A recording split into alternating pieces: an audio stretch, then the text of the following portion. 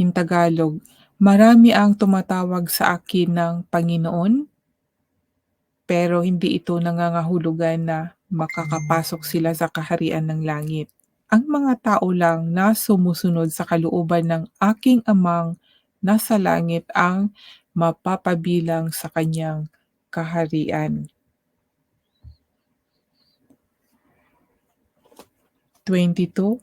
Marami ang magsasabi sa akin sa araw ng paghukom, Panginoon, hindi ba sa pangalan niyo ay nagpahayag kami ng inyong salita, nagpalayas ng masasamang espiritu at gumawa ng maraming himala? Verse 23. Ngunit sasabihin ko sa kanila, hindi ko kayo kilala. Lumayo kayo sa akin, kayong mga gumagawa ng masama.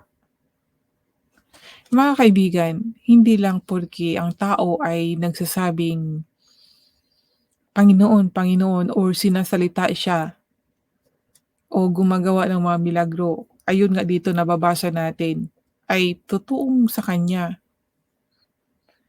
Dahil gumagawa din naman ng masama. Hindi kasi puwede ipagsama, ang isa 'di ba?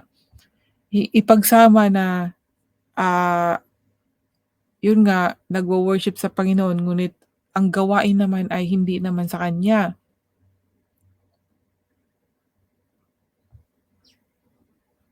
Kaya wala din kabuluhan yon mga kaibigan.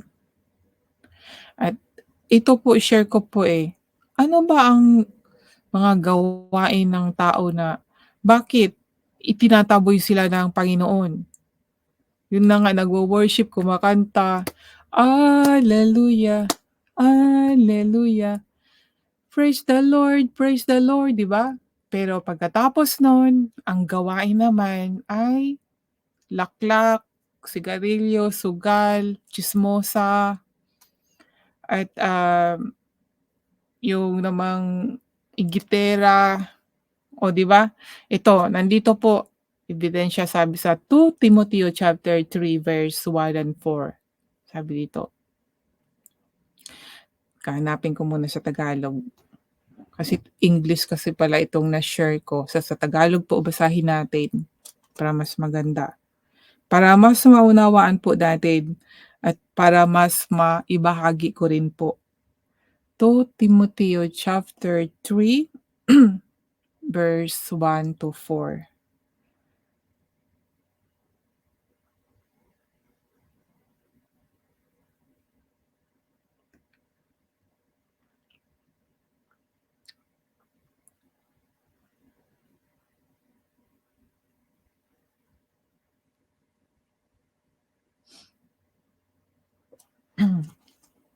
Ang sabi po dito, tandaan mo ito, magiging mahirap ang mga huling araw. Maging mag Dahil magiging makasarili ang mga tao, sakim sa salapi, mayabang, mapagmataas, mapang-insulto, masuwayin sa magulang, walang utang na loob, hindi makadiyos. Meron din pala yun, nagwo-worship pero hindi talaga makadiyos 'no? Worship lang hanggang sa bibig po. Ayaw nilang makipagsundo sa kaaway nila. 'Yan 'pag nakakaaway tayo yung pride. Malupit, walang awa, mapanira sa kapwa, walang pagpipigil sa sarili at galit sa anumang mabuti. Ah, galit sa anumang mabuti. Pero mabuti 'pag mapagbigay, halimbawa, sharing, sa salapi siyempre gusto-gusto natin 'yun. So hindi lahat na ano, na, galit sa mabuti, 'di ba? Gustong-gusto natin yung ano, lalo na yung may ibibigay sa atin, 'di ba? At sabi, hindi lang iyan, mga taksil sila, mapusok, mataas, mahilig sa kalayawan sa halip na maibigin sa Diyos.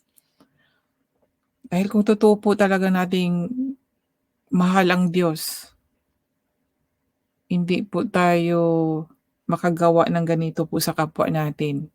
'Pag mahal natin ang Diyos, meron tayong takot sa kanya, meron tayong hiya sa Diyos, hindi tayo makagawa ng masama sa kapwa natin.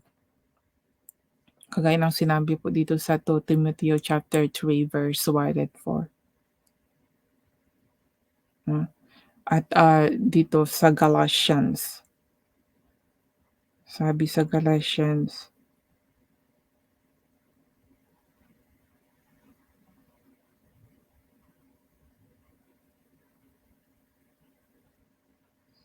chapter 5:19-21, ang sabi dito,